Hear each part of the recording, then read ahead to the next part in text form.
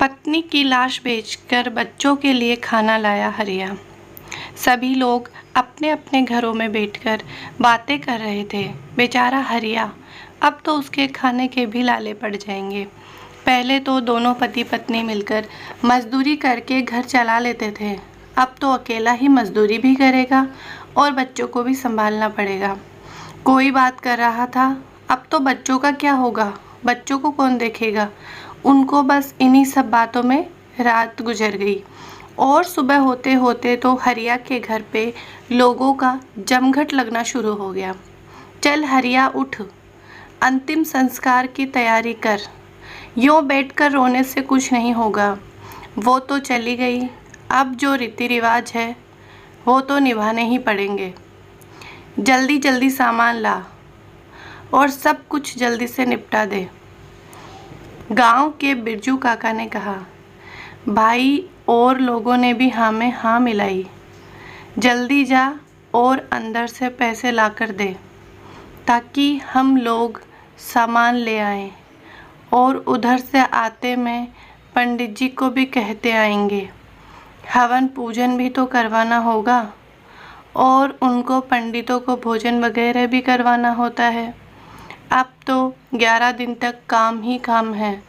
यूं हाथ पे हाथ धरने से कुछ नहीं होगा।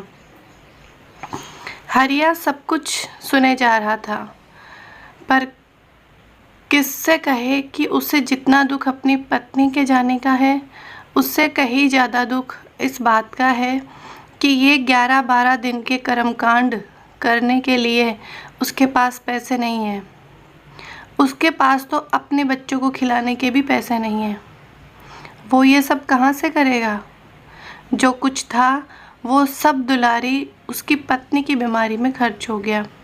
सब लोग बोले जा रहे थे, तभी उसके पड़ोस वाली चुकी काकी ने कहा, अरे पैसे नहीं है तो अपनी पत्नी के कान के कुंडल बेच के पैसे ले, पर ये सब तो करना ही पड़े, इससे बिना मरने वाले की आत्मा शांत न हुई। वो उठकर अंदर जाता है और अपनी पत्नी के कुंडल उतारने लगता है। इतने में उसके बच्चे बोल पड़ते हैं, बाबा बहुत भूख लगी है, 2 दिन से कुछ नहीं खाया।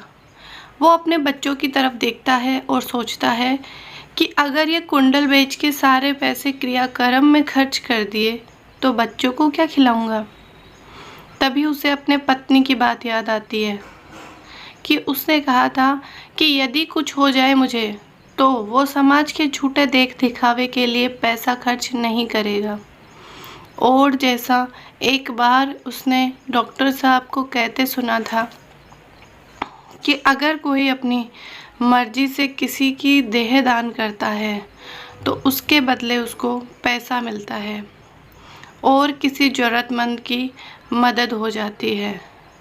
वो तो पैसे के अभाव में अपनी पत्नी का इलाज नहीं करा सका, पर अब अपने बच्चों को जीते जी इस समाज की झूठी रीति रिवाजों की बलि नहीं चढ़ा सकता। वो दुलारी की देह को डॉक्टर साहब को दान कर देगा। इससे मुझे पैसे भी मिल जाएंगे और किसी का जीवन भी बच जाएगा। फिर दुलारी की भी यही इच्छा थी। वो दुलारी की तरफ देखता है, उसे लगता है मानो दुलारी भी उसकी बात से सहमत है। वो उसका माथा चूमता है और उसको प्रणाम करता है और बाहर जाकर हाथ जोड़कर कहता है, आप सभी लोग यहाँ मेरे दुख में सम्मिलित होने आए, आप लोगों का बहुत बहुत शुक्रिया, किंतु मैं ये रीति रिवाज पूर्ण करने में असमर्थ हूँ। आप लोग अपने अपने घर चले जाएं और मुझे मेरे हाल पे छोड़ दें। गांव वाले तरह तरह की बातें करने लगे। पागल हो गया है, ऐसा भी कभी होता है? चाहे जो भी हो, खुद को गिरवी रखकर भी लोग ये 12 दिन तो करते ही हैं। आखिर में तो पत्नी थी, इतना भी नहीं कर सकता? कैसा मर्द है? चलो भी, हमें क्या। लोग तरह तरह की बातें करते हुए चले जाते हैं। इतने में डॉक्टर बाबू को भी उसकी पत्नी की मौत के बारे में पता चलता है। वो भी वहाँ पहुँच जाते हैं। हरिया उनको देखकर रोने लगता है और कहता है, मुझे इसकी देह के बदले कितना पैसा मिल सकता है। डॉक्टर साहब सब समझ जाते हैं और उसको उसकी पत्नी की देह के साथ शहर के अस्पताल ले जाते हैं, जहां उसकी पत्नी की देह अस्पताल में दे दी जाती है और उसके आवश्यक अंग निकालकर उसको पैसे दे दिए जाते हैं। उन पैसे से वो उसका अंतिम संस्कार कर खाना लेकर अपने बच्चों के पास जाता है और उनको गले लगाकर कहता है, बच्चों खाना खा लो, तुम्हारी माँ ने भेजा है।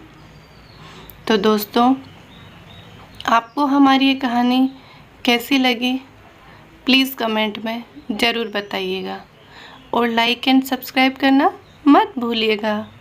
Thank you.